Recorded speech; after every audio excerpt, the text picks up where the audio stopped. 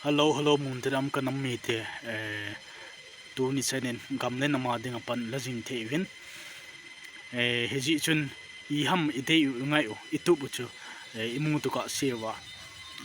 pan la jing deu hi ti chu kenjong vela khan sei nom hin ai pi le tu ni kho video ding hi le tu masanga gari an accident na Ahung Galjam Lekop Review Center la Sopi New Mavila ka si ding hin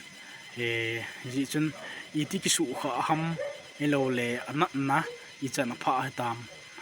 ti ho chu ama ko na na ngai kha de we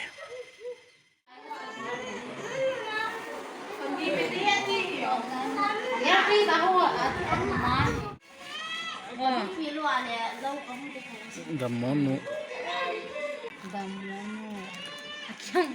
yang bong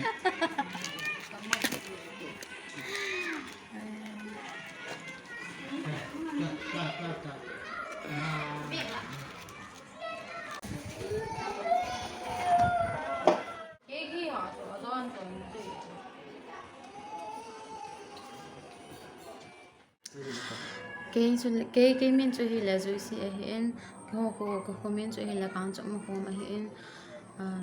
cái số khác là chỗ hi là cái hồ hi to hi là có relief center có mà ahin thì khác chú cái hồ ko bong mo relief center mo khác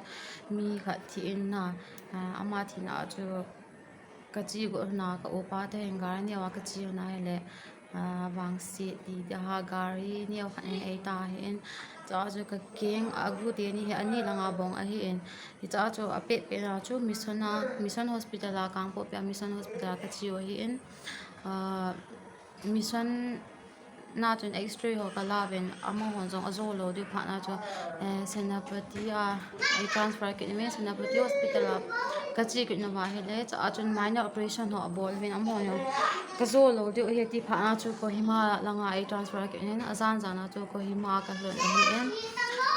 Kohima naga hospital ka kizen ahin June 25 ni aka accident na hin June date 29 ni in surgery ho ki bolen thum wal thum lo hap ta thum wa ho ka hong omen hap ta thum wa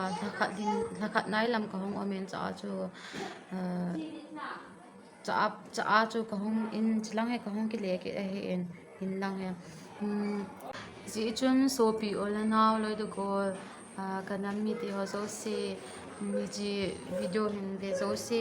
na taona ka hingai che in ke jong masanga banga ka hong damtheng se la masanga banga lam ka hin zo ti thei nading in lungse te na taona ne hin gel do dewa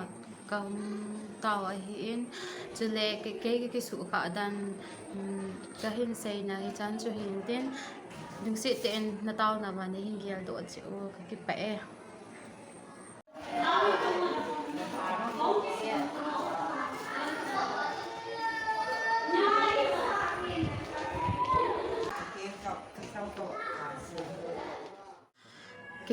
cái miền chỗ hi là rồi si ahin ko miền chỗ hi là càng chỗ Makhom ahin cái hồ không cả dám đan ở sim chỗ hi là mite 3 ni ahi Ahung ki pan ahin mite 3 zan chun kusunga ka gi in la yubin ti chun thu ho Ahung kho si che pha na chun azing ka apa na hin gam la ka gi ohita azi chu ke ho mei thei to king nai mei thei la ta banga cheng ki ben ke ho la mo ta chun azinga hin ke ho lang chingkhong lang pa jang lang ho singda lang ho Ahung ki hal pha na hin ke ho sangam la ka ki tawin jing ka azan ho la hin ti chu achat fel ka in ho abu ho go hon ji in gam la as ka ni jiwa ka gi jiwa gen thei ta akong ki man cha o hi in ti chu na hap ta khat ho ta bang ta za ka mang la ka hon ki o hi in hap ta khat zo ho achun thu ho zong Ahung kho che pha na he ho so ho akona ta cha gari ho ahin ho lawa ta cha chilang kang po pilang hoi lam langam na thei relief ki mo ai ka hon ai in tu ni ge ya he chilai mana relief ki ma he ki umjing na lai he in tu ma bana zong hi itabang ichan hin ki pateng am ti hi ki henai lo hi in tu hin ki ba thu ka hin sei no min azi chu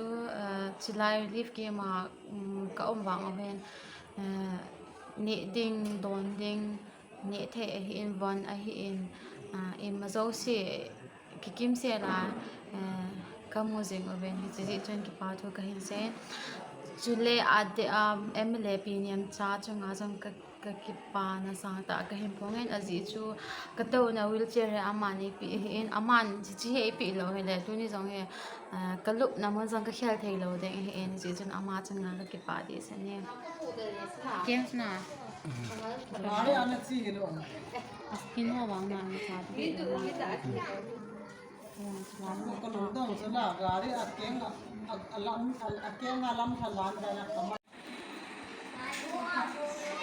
mi chi bum chi de wa ka ki vet na nai na lai na ka ma na ki vet na ami se poi ti ti ka lai chi ab ha bon yang go ma nang ni leng nei na kiang mo mong leng at susu ve tam 진짜 khatan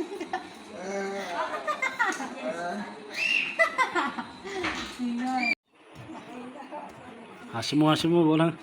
despite being pretty and charming because she was born for all the beautiful things nuôi hết ta đã nuôi là nó hơi gì họ Namin siyo. thấy tăng là mình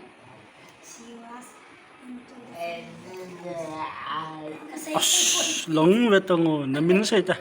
thấy thấy họ chỉ hát dâu ta Namin siyo te lo. thấy tăng mình Siyo luôn te. ta Boy luôn.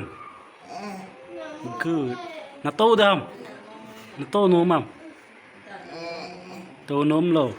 xuân lại mình đi thum luôn mình tiền giang là mi một dâu là lại thả tiền là ngon chứ as in cock dừng cao quá nó vừa I was thinking that